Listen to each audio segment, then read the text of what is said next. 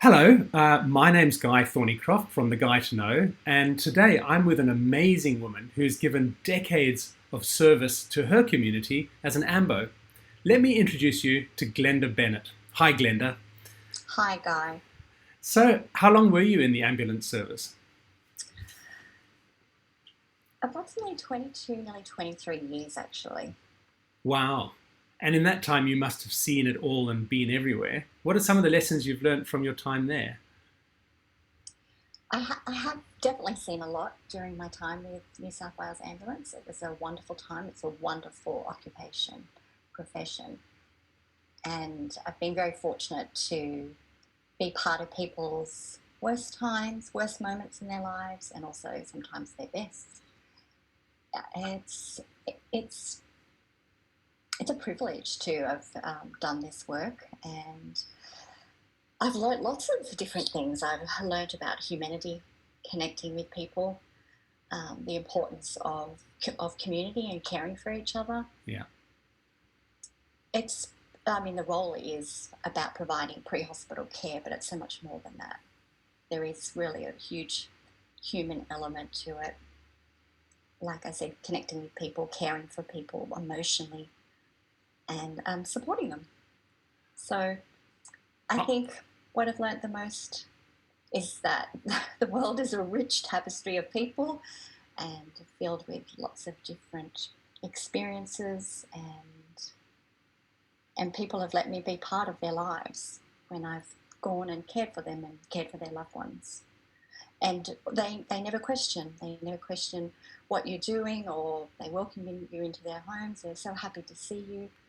Yeah, I think it's a very unique, privileged role, and one that I feel so happy and honoured to have had for the last 20 odd years. I imagine you, because you're with people at low points or in crisis points, learn some amazing skills about dealing with emotions and dealing with people in crisis. Yes, absolutely. And often it's just about holding space, being present there. Sometimes you don't have to say a lot, it's just allowing people to feel what they're feeling, acknowledging that, not trying to control that, just being present, but being available if people do need some additional support, some information, some guidance. But it's really just about holding space and allowing people to feel what they're feeling and not stifle that or not judge that. And I think it's a very important thing to do, An to amazing allow. skill to have. Amazing skill to have. And I imagine you'd have buckets of that on the back of 22 years in the AMBO service. But I also understand that you've set up your own company to bring that wealth of knowledge into an area that really needs it. So, what is your company called, and what's the service you're now offering? My company's called Embracing Time, and it's a service. I'm working in the role as an end of life doula, and it's a service to assist people who are on their end of life journey or have reached, or their family members of someone that's reached their end of life journey. So it's providing support and guidance and information, and then resourcing what people and all their loved ones need in that space to prepare for their end of life. Okay. I've heard of a birth doula, but not a death doula. So, this concept of a doula, what is it? What is a doula? So doula is actually a Greek word, and it means service. So it means providing a service to someone, and in this instance, it's just another transition. So a birth doula provides service for the transition of birth, and an end-of-life doula provides a service, support at the end of your life when you die. So, is that a service just for the person who is dying? No, it can be, but often it's not. Often it's for the person that's dying, and also collective loved ones, family, support team, support network. It's a service for whoever needs support in that space. Wow. I know many people are afraid of death, and even talking about it makes them feel uncomfortable. That must be something that you're learning to deal with. And from what you've said, I feel that you make it so much easier to bring this topic out into the open and have a far more frank conversation. And that obviously is a tremendous impact on the quality of life for those involved, being able to have the scope to allow the conversations to happen. Is that the sort of space that you're working in? Absolutely. That's something that I'm really passionate about, is having those conversations, starting those conversations in our communities. Because I think the more that we talk about death and we integrate it back into a natural part of our lives, I think potentially individually and then collectively as a community, we're going to benefit from it in terms of a healthier bereavement. Because the reality is we are all going to be touched by death of our loved ones, and then ultimately our own death. So I think the more we talk about it, start those conversations, I think, and normalize it again. I think in the last 100 years, we've done the opposite. We've outsourced it. We've made it clinical. We've put our dying in hospitals, and sometimes that's the right place for people to definitely be dying in, Yeah. with that care. But for lots of people, they could be comfortably dying at home, surrounded by their loved ones. So I think it's really important to be having those conversations. I think it's exciting when we do. A big part of that is another skill that I've learned is listening. People often just want to share their stories and tell their stories, and that's part of the journey. It's, coming to terms with their own mortality, and it's listening to that and, hearing what they have to say, what their thoughts are, what they want to plan, what they want to achieve before they die. You've brought up a very interesting point there, though, because you're talking about communities. So what are your thoughts on why our community needs an end-of-life doula? I mean, surely there's health systems in place that manage and help people adequately with their end-of-life journey. I mean, death's not something new. So No. what's the current system not doing that what's the role that you're filling that's not already being filled? So the doula role is actually a non-medical role. It's different from, and even though I have a medical background, it's very different from nursing or our normal conventional medicine. So the data shows, Guy, that we have an ageing population, and currently we do not have enough hospital beds or aged care facilities or hospices, private and public funded, where all our ageing population can die. Like, there's not enough beds for everyone to die in those facilities in the next 10, 20 years. So the reality is we are going to have to bring death back home again, like we did over 100 years ago. So, and I think a doula, employing a doula, is going to assist in that process, is going to be able to facilitate, if somebody chooses to, wants to die at home, resource all that and make that happen. And that's quite a task to achieve that, because studies also show to care for someone optimally at home, it takes up to 16 people to do that. So you can imagine just organising 16 people on a roster and having different jobs within the care of that person. So a doula is the one that organises everything, resources, finds the information, resources, and ultimately allows the person who's dying and their loved ones to just embrace their time and not be spending time trying to organise and sort things in terms of their care, their physical care, but maybe their after death care as well, and funeral planning. And so there are many, many things the doula can do in that space, but it's just a nice stable presence that the client and or their loved ones, if they're the client also, can come to the doula, put in their request, ask, what can we do here? I need this. And then that's the doula's job to provide that information and then resource it according to the client's, the loved one's wishes.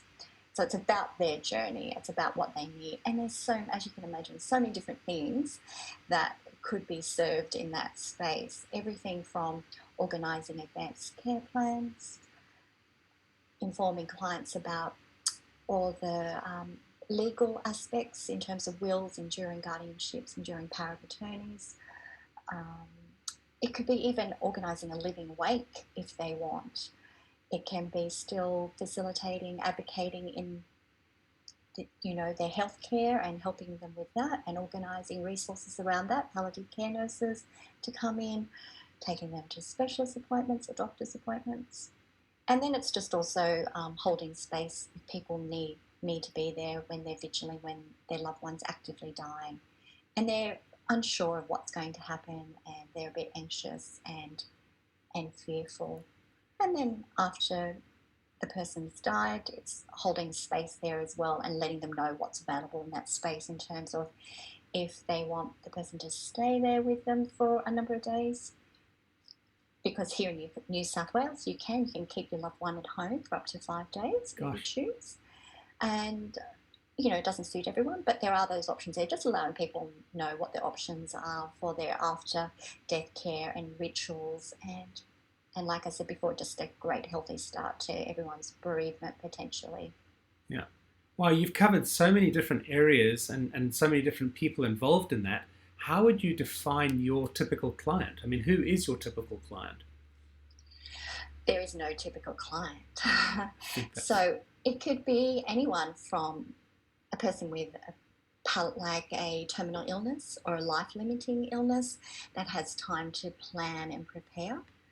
A doula can also come into a home and offer support and hold space and give information and guidance if someone's died unexpectedly and the family doesn't know what to do next. My client can be a young family that's just lost a child or had a stillborn baby. So there's so many different people that could utilise my service. There's no one definitive client. It can be a middle-aged couple and one of them has a terminal illness or a life-limiting illness, and they have a young family and they need support as well. Fantastic! Wow, that's amazing. Yeah, that's really opening my eyes to how many people get affected by death and the role that you can play within that. That's extraordinary. So what made you decide to become an end-of-life doula? I shouldn't imagine that's a role that anybody would jump at, but what made you step into that role? I've been thinking about this a lot because people have been asking me, like, why would you want to do this work? And I know it probably sounds a little bit, I don't know the right word, but I really feel like the ambulance service, the work that I've done with New South Wales Ambulance for over 20 years has really prepared me and led me to this work. I think it's just an extension of my paramedicine because I have seen a lot of people die. Yeah. I've seen a lot of people die unexpected deaths and then also expected deaths. During my time, I also had a number of experiences where family members would call the ambulance because they didn't know what else to do and they were fearful, like I said, very anxious. They just didn't know what was happening physically to their loved one. We would go, somebody is actively dying and the family were just exhausted and they were no longer able to cope. And I always found that really difficult and would try and advocate for that patient and try and see what I could do to assist the family to keep that loved one at home. But most often that didn't work because the families really were at breaking point and they just were physically and emotionally and mentally exhausted. And so we would take people to hospital and I always felt sad about that because they were those patients were so close to being able to die at home, which was often what they wished and wanted. And it's not just about what the client wants. Obviously, the family needs to be on board as well. And obviously, the families all, in these instances had tried, but they just weren't properly informed or resourced. And I often felt sad about that because it was just like so close, but just missed it by that much. And then, people would be dying on hospital beds in waiting areas in hospitals because hospitals are quite full at times, and I was always in the back of my mind, we could be doing this better. We could be honouring people's outgoing journey better. We could be letting them die with a bit more dignity and a bit more comfortable and peaceful. Yeah. But there needs to be somebody to facilitate that. There needs to be that continuity, like a doula can give you continuity in that space. A doula can be that stable presence, make those decisions, because I think it's difficult when people are watching someone dying or when they're dying themselves is to make good choices and options, and without some guidance and without some support and information, you know. And that's what a doula can offer in that space. So that's probably been my biggest motivator, why I think this is something that I can and should do for my community. Yeah. Fantastic. And I shouldn't imagine that people need a death doula on every day of the week, but how do they contact you? What is the process for employing you in that capacity when they do need you? So, Guy, I offer a half an hour free consult where people can contact me via either my email or my phone number. I will come to your home. It's usually better if I come to the client's home, because then you're in your comfortable, familiar surroundings. You can have whoever you want there with you, your loved ones, your family. And I come for half an hour and we meet. And I don't do any doula work. We just talk. I just want to hear about your story and I want to hear what you need. And then I let you know what I can offer, and I see if we match and we connect and we'll work well together in that space. And then you can process that. You have a couple of days to decide. And then if you want to engage me, then it's as simple as signing a client agreement with all the services laid out that you need and that I'm going to facilitate. And then we go from there. Fantastic. So it's not a one sock fits everyone. No. You tailor the service to the needs of what's required, and that forms then part of the agreement. And they take you on basis on a professional, and they know what they're getting, and they know how it all works. Absolutely. Like I said before, the world, it's the rich tapestry of life. The world is made up of so many different individuals. The service that people need is very individual as well. So it's definitely not one size fits all. Fantastic, Glenda. I have to take my hats off to you. Finding something that is obviously so important within your community, and then taking the leap to fill the breach. So congratulations with the start of the company, and all the very best of luck. Look forward to watching that progress and the difference that you will be making. Wonderful. Thank you for your time today, Guy. I really appreciate that. Thanks for telling me about it. Talk to you soon. Bye.